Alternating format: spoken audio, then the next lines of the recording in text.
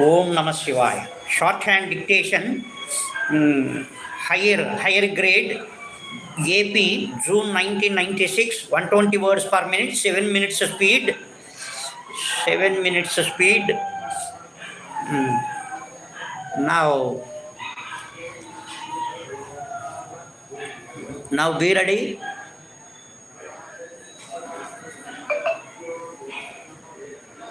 Ten seconds.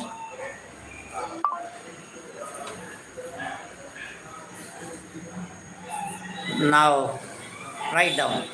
Mr. President, I would like to thank you wholeheartedly for hosting this historic conference aimed at protecting our environment so as to preserve our planet for the future generations to come.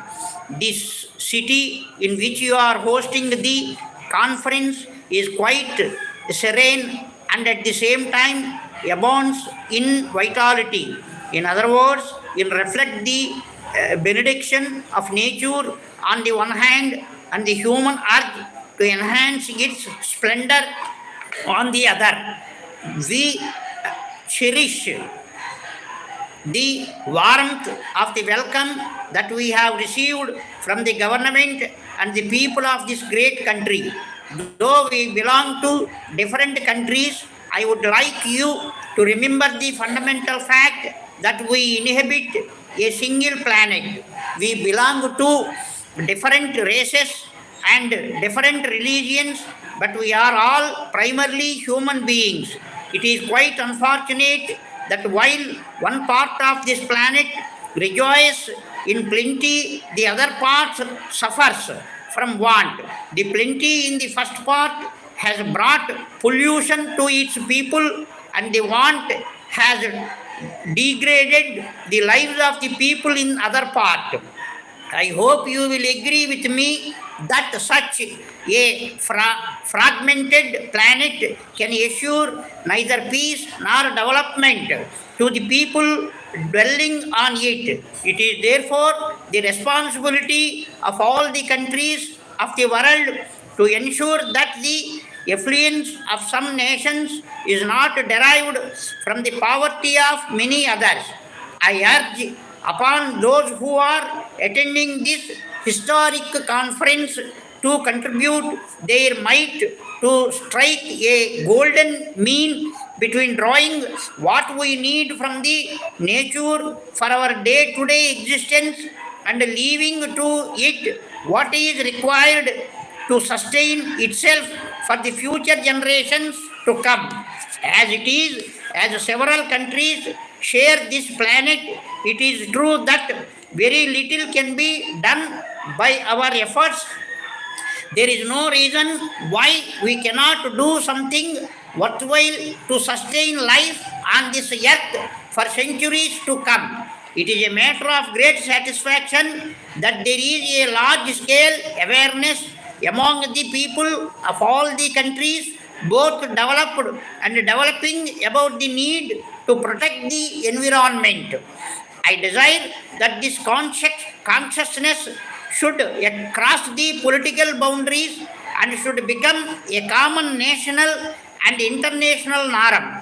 We in our country are engaged from the very beginning in finding some practical measures to this pressing problem. My predecessor, having thought over the subject of environment minutely, had suggested the creation of a planet protection fund for the purpose of developing technologies in order to help protect the environment. I appeal to the leaders of all the countries to give serious thought to this proposal, as it is absolutely necessary to develop a whole range of such technologies. I would like to make myself quite clear at this juncture. It is not a simple question of transfer of technology. In fact, we have to make a beginning by stopping the transfer of such technologies which are intended for the destruction of the environment. Only then we can achieve something tangible.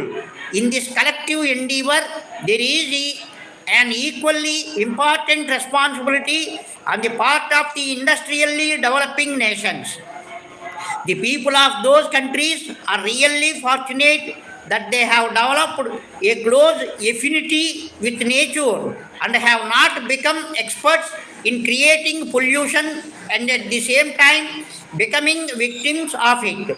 In this process, they might have quite naturally learned to make use of the natural resources to the maximum extent possible.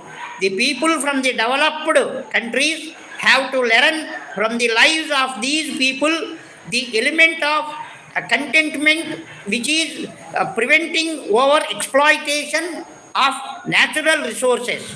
Dear sir, I am in receipt of your letter of 2nd February inviting me to address the industrial labor on the subject of prohibition during the next month.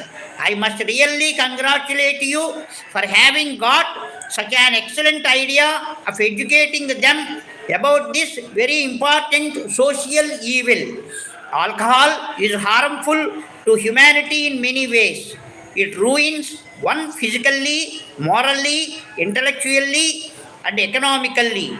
It is the primary cause of poverty, doing untold damage to the people, more especially the uneducated labor force. They are already undernourished, and this is making them less capable of enduring the physical strain. It is making them indolent, inefficient, and robbing them of their incentive to work. In the present age of industrialization, it is adversely affecting the output, increasing the accidents, and interfering with the health and happiness of workmen. The workers who fell prey to this evil are prone to more sickness and diseases. Their average output is far less and they are exposed to the risk of accidents much more than the others. It is therefore absolutely necessary to wean them away from this social evil. What is required at present is the creation of a strong public opinion by making an effective and sustained propaganda. I would suggest the closure of shops on paid days in a slow and steady manner. These dry days in a week should be increased. Thanking you, yours sincerely. That's all. That is the speed of 120 words per minute. Now write down in English. Om Namah Shivaya.